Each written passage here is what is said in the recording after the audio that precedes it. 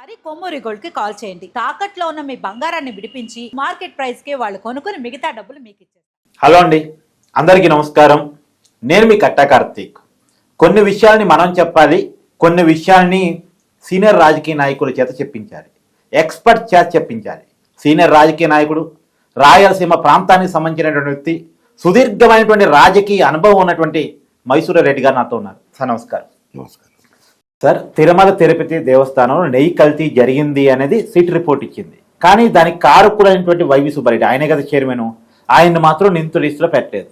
ఇవెందో కొనుగోలు కమిటీలో ఉన్న చెవిరెడ్డి భాస్కర్ రెడ్డి పేరు కానీ బొమ్మల కరుణాకర్ రెడ్డి పేరు కానీ నిందితుల లిస్టులో పెట్టలేదు. సరే, ఇది ఒక విషయం. అయితే తర్వాత ఇంకొక బాబాయ్ జగన్మోహన్ రెడ్డి గారు, ఇంకొక బాబాయ్ వివేకానంద రెడ్డి గారు హత్య కేసులో కూడా ఇది వేరులేండి. ఇది సిట్ లోకల్ పోలీస్ చేసేది, అంటే అది కూడా సిబిఐ ఉన్నారు సార్. ఇది సిబిఐ కాదు కదా, సిట్ కాదు, సిబిఐ అధికారులు ఉన్నారు, దీంట్లో కూడా ఉన్నారు కదా. దీంట్లో సిట్ చేస్తుంది స్టేట్ గవర్నమెంట్. అంటే ఇద్దరు సిబిఐ అధికారులు, ఇద్దరు సిట్ అధికారులు, ఒక ఫుడ్ సేఫ్టీ అధికారి, సుప్రీంకోర్టు నియమించిన కమిటీ ఇది.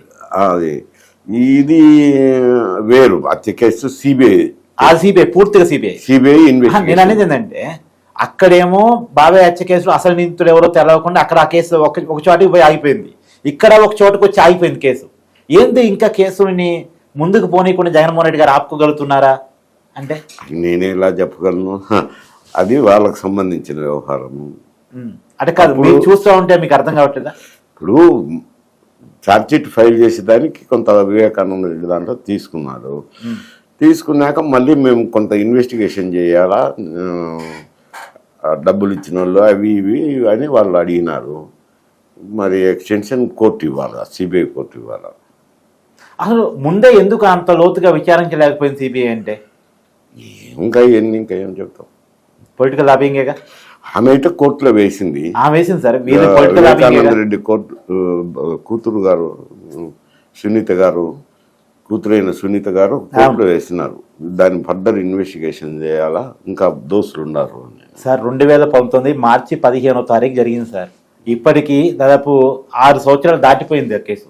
అసలు ఇంతవరకు అసలు ఫైల్ చేసినారు, ఎఫ్ఐఆర్ ఫైల్ చేసినారు. అది కోర్టుకు సంబంధించింది, సిబిఐకి సంబంధించింది.